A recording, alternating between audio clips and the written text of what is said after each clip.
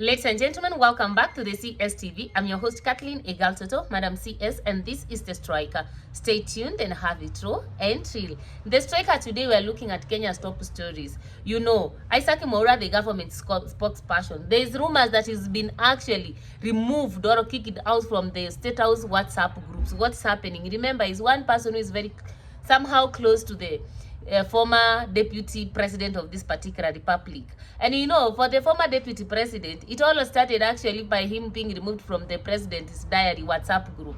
And before we knew, he was actually done what? He was actually impeached. So what is up, Isaac Mwaura? Are you likely to survive this regime? And then another story, Gachagua is crying. His security is not actually assured. He's saying that unmarked vehicles are following him. The other day he tweeted at night that actually unmarked government vehicles with military personnel is actually following him, and even, you know, parking outside his Nairobi home. The question is, who wants Gachagua, who wants to abduct him, or who wants actually to scare him off? What does actually this one imply as far as Gachagua safety is concerned? And next, how safe is Kenya for the foreigners actually coming to this particular country? Did the Kenyan military aid or the Kenyan police aid in the abduction of Uganda's opposition leader Besigye? Is it the Ugandan army or the Ugandan military that actually abducted him? And if it is the Kenya military, what actually lesson are we sending out to the foreigners coming to this particular country? The other day we had 2 Turkish nationals actually being deported back to Turkey, despite the fact that they were seeking refuge in this particular country. And remember, our president and his co-ruler, that is the Raila Omoro Odinga, who is like forming the broad-based government, are very close friends to Museveni, and the PCJ is against Museveni's rule. So are we connecting the dots? What happened? Those are just my opinions. And finally, we are also going to look at Moses Wetangula's goose has been kicked. Maybe by January he should be out of that position as the Speaker of the National Assembly. But before we dive to these stories, if you are new to this particular channel, kindly welcome home, subscribe, you know, comment, share, and like our videos. Turn on the notification bell so that the next time we are uploading a video, YouTube will automatically notify you. If you are a returning subscriber, thank you for tuning in. Wedding to Amana, thank you for your support. Kindly remember to comment, like, and share our videos. Now to the top story. You know, Isaac Mwaura, there's rumors that he has been removed from the presidential from the State House WhatsApp groups. And if you are very keen, 2 to 3 days ago, there's been a meme that has been circulating. It is a digital comedy meme showing Ruto kicking out Isaac Mwaura. One could wonder, why could Isaac Mwaura be kicked out of the WhatsApp groups in State House? And is the government spokesperson, so he's supposed to be there. The thing is, Isaac Mwaura, number one, by the end of the day, his name was actually flaunted by all, put forward by the former deputy president, and he seemed to be somehow closer to the deputy president, and we have not heard him actually talk much since the deputy president was impeached. And maybe he has not come out publicly to support the government in the deputy president's impeachment, and you know that one can spell, you know, betrayal to the president, and therefore he may not be the best of the people that President Ruto will like to have around. If in one way or another you show some solidarity or some soft spot for the former deputy president, chances are, my friend, you are likely to be kicked out and your position can be taken away. Look at how the government has announced the positions of permanent secretaries, basically to get rid of Gachagua's people. You know, that's my opinion, and you can also have your opinion and tell me in the comment section below. So from where I stand, Isaac Mwaura, so long as he continues to have a soft space for all soft spot for the former deputy president, and so long as he doesn't come out very clearly actually to, you know, support the government in the impeachment process and what they did and applaud them, then it is like he's supporting Gachagua, and therefore he will be done away with. To the next story, it is actually about the former deputy president. The other day he tweeted at night that actually 2 unmarked cars with military personnel has been following him for some days now, and even say that some of them were surveying his house in Nairobi. The question is, who actually wants the deputy president? From where I stand, actually, this could be maybe an approach to scare him away so that he doesn't get involved so much in public platforms and even in political spheres, etc. And I meant to understand that they may not do much actually to Deputy President Rigathi Gachagua.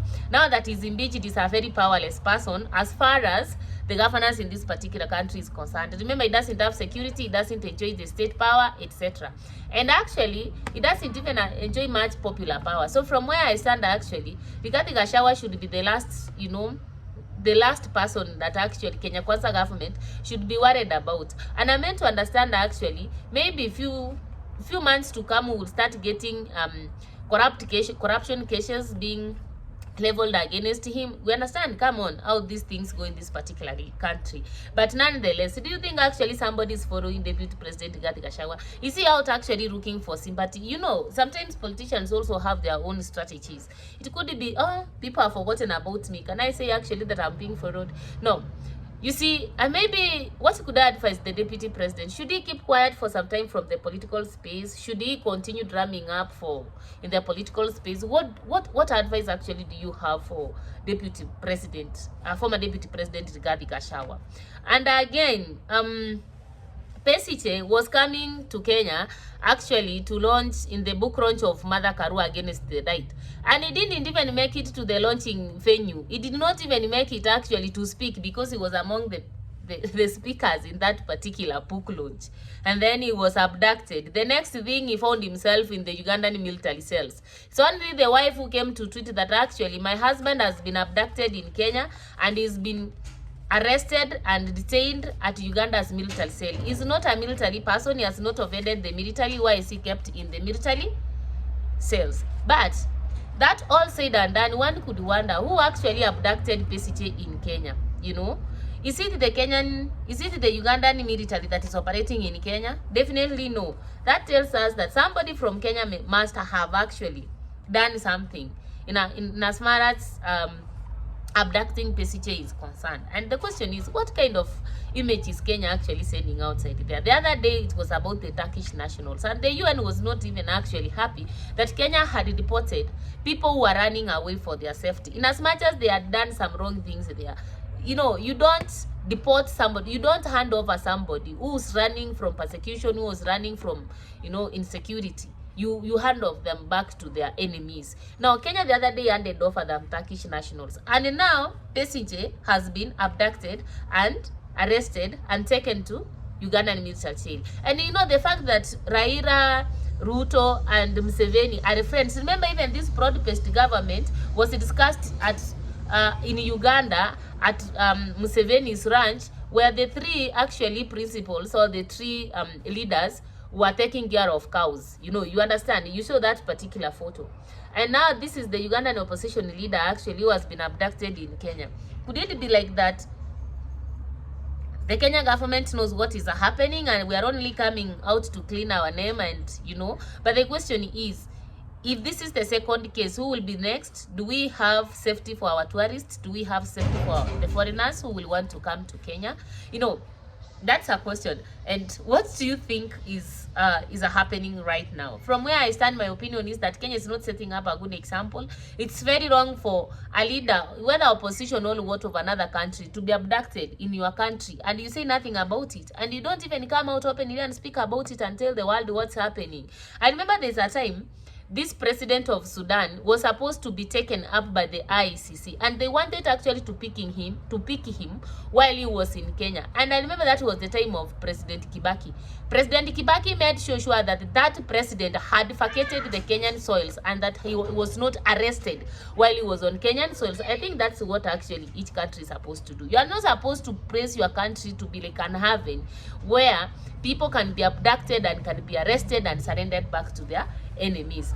That's my opinion. So what's your opinion down there? And finally, I have always said in this particular channel, if there's one person who is very faithful, is actually Baba. That is Raila Odinga. And whenever Baba has gone, he has managed actually to dismantle the parties and send away those people who actually betrayed him. He entered in Chupiri and we saw Rashid Echesa being taken home. He has entered UDA in the name of the broad-based government. See what has happened. The likes of Rigathi Gachagua have been sent home. Isaac Mwaura is on the process also. But I remember I told you one thing. If there's one particular position Baba wants, it's the position of the member of the the Speaker of the National Assembly. And it doesn't matter whether that position goes to ODM or goes to an ally of Baba on the other side. The thing is, Moses Masika Wetangula was used actually to impeach Rigathi Gachagua. And from where I stand, Moses Masika Wetangula, as the Speaker of the National Assembly, was the only person actually who had the capacity to stop Rigathi's impeachment process. He could have actually received that particular motion and they say the charges that have been leveled here against the Deputy President, they don't meet the threshold for an impeachment. But what did he do? Apart from okaying the impeachment motion, he even went ahead actually to write a letter addressing the Deputy President and read it in the National Assembly. So it was squarely used and it was part and parcel of the process of impeaching Rigathi Gachagua. But he forgot particular one thing. Whenever you are cleaning the house, you even sometimes clean and even throw away even the older brooms, etc. You know, if you have to kill an enemy, sometimes you have to even take away the evidence. And now, in this particular case, when you look at Moses Masika Wetangula, having been very instrumental in the impeachment of Rigathi Gachagua, it may be that particular evidence that has to be deleted. You understand? And therefore, it may be removed from that particular position because, and I've always said that it will be removed definitely. And one thing that I'm sure that it will end up being removed, even there's a time Atoli said, there will be no hiding space for Moses Masika Wetangula. We saw Didymus Parasa the other day trying actually to bring up the narrative why Moses Masika Wetangula should not be removed from that particular position. Already they know that actually is supposed to be removed. And we saw even this with Pony Harwale telling Moses Masika Wetangula, you are a speaker not because of Fort Kenya, but because of the numbers from UDA. Now, we saw Didymus Parasa the other day, you know, saying why Moses Masika Wetangula should be the one holding that particular national Speaker of the National Assembly position.